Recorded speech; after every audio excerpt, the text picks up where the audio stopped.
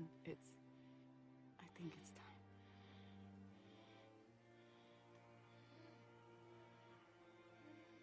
Hello and welcome to episode 20 of the OMGeek Podcast, a video game podcast for grown-ups in Southeast Asia.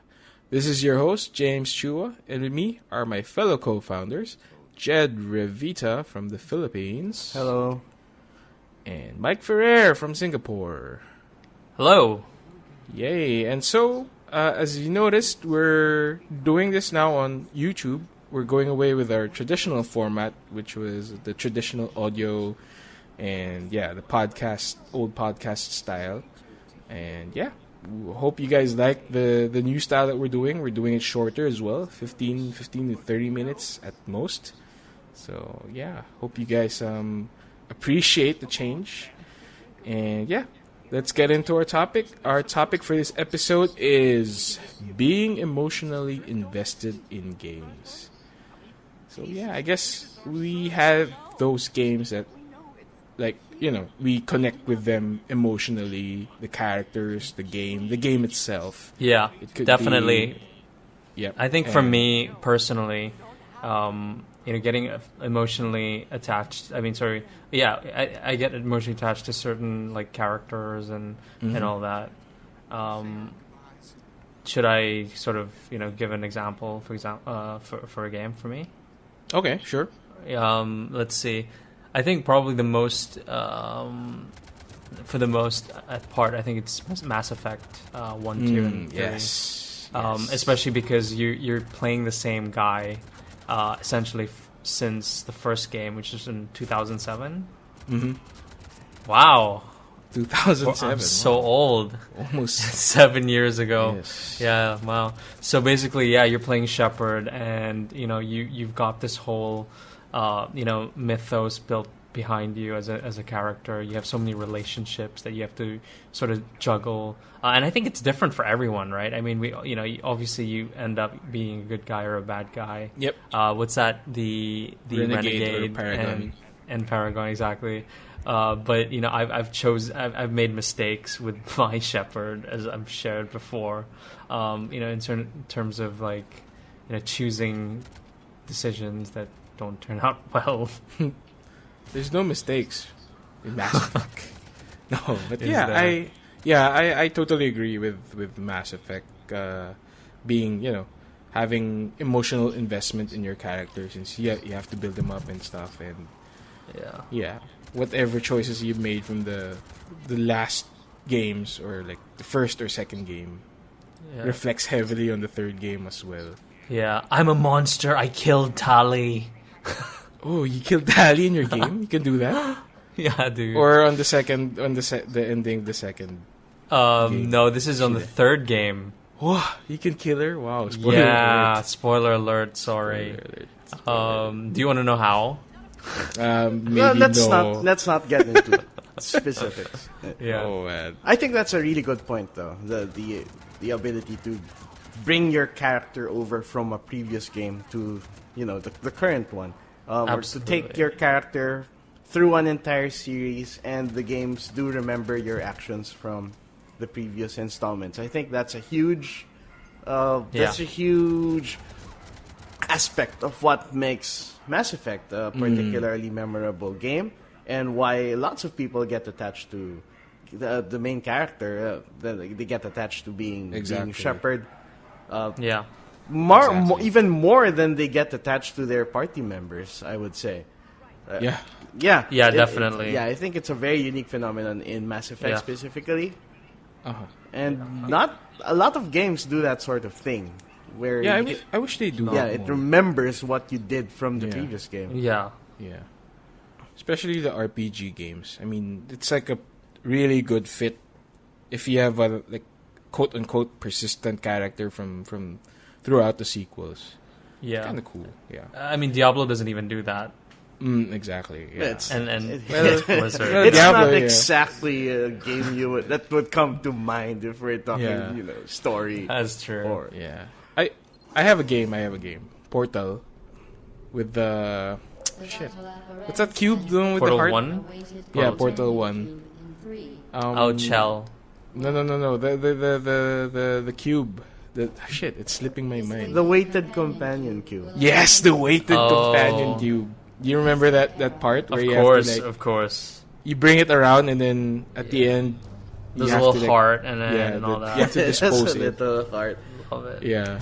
For some reason, I was too attached to that weighted companion cube when I first played Portal. I even wanted the plushie from the Steam store to remind me Yeah.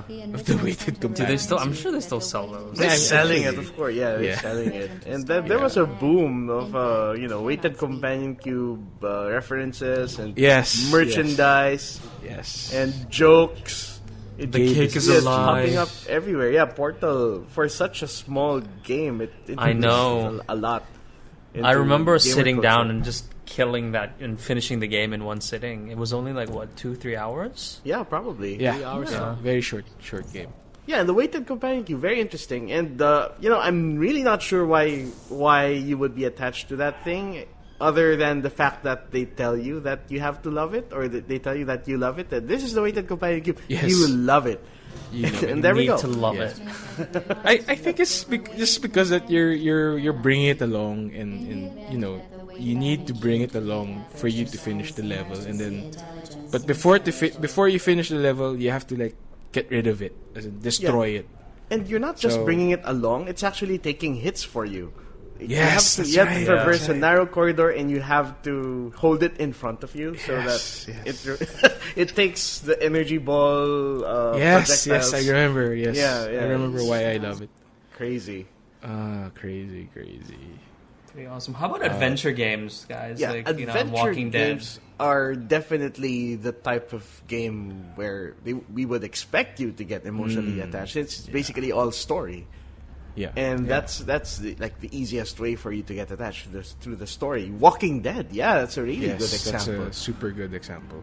Yeah, no one is sacred in that game. Like anyone Definitely not. Yeah. can die. And they do a good job of introducing the characters and building them up in a very brief period of time. Yeah, You get to remember them. Like, oh, this is the guy who's good with this sort of thing, and this is the guy who's kind of an asshole, and this is the guy with the family. Yes. Yeah, and when they die, you remember those things. Yeah, actually, that's a good point. I remember playing Walking Dead, and the first, like, hour or so when you're stuck in that that convenience store where you get to know everybody, and then right after that, depends on your choice, someone dies, and yeah. Someone does die right after someone that. dies right away, and oh my god. So it's like setting the tone or the pace of the game that someone's gonna die eventually. Or, I mean, people will die. So it's hard to stay attached or keep attached to that character, which is sad. I'm sad now. There's some other games though that they get the emotional reaction from you, not really from the story, but I guess from the nature of the gameplay itself. Okay, since we're talking about zombies, I'm gonna bring up State of Decay here. And Okay. it's a persistent world. Every human in the game is a named character, so everyone is unique.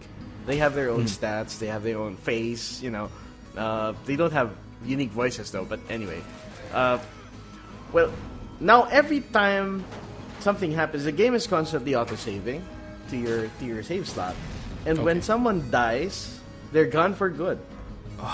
And you really don't get to know these people in the same way that you do in Walking Dead. Like, you don't have extended conversations with them or find out their quirks or stuff like that.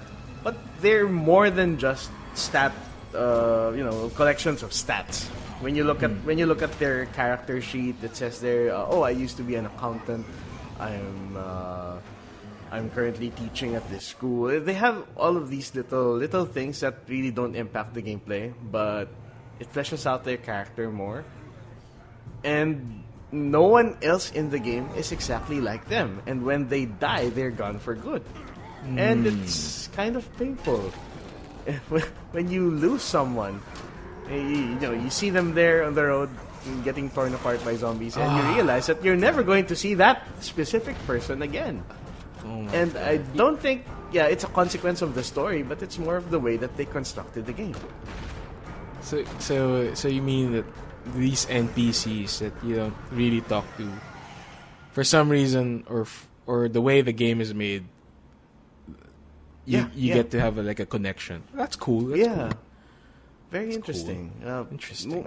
It's a very similar experience to when you play XCOM, especially in Iron Man mode. Yes. Because the first reaction I had when I lost someone in State of Decay was exactly the same reaction I had in XCOM, where can I load my save game? And no, you can't do that. Man, you're so right. You're so right with XCOM. I mean, that's probably the reason why I stopped playing.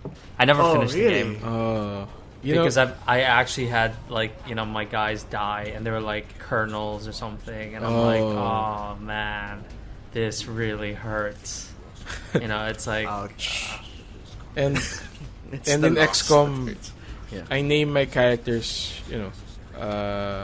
the characters of my friends, which you guys are also part of. Okay, and I died. My last game, if I remember right, I think Jed, you were the first one to go down. I died. You died. What took him out? Do you remember? I don't remember. I hope it was a good death. I think we're trying to heal someone. Trip and just shoot yourself. Oh. Wait, that wasn't a movie, right? Oh yeah, World War Z. Oh, okay. I don't remember that part. But anyways, moving on. What games have you guys played that made an emotional connection, or have that emotional connection every time you think or even play that game from time to time? I'd still say Mass Effect. Mass Effect.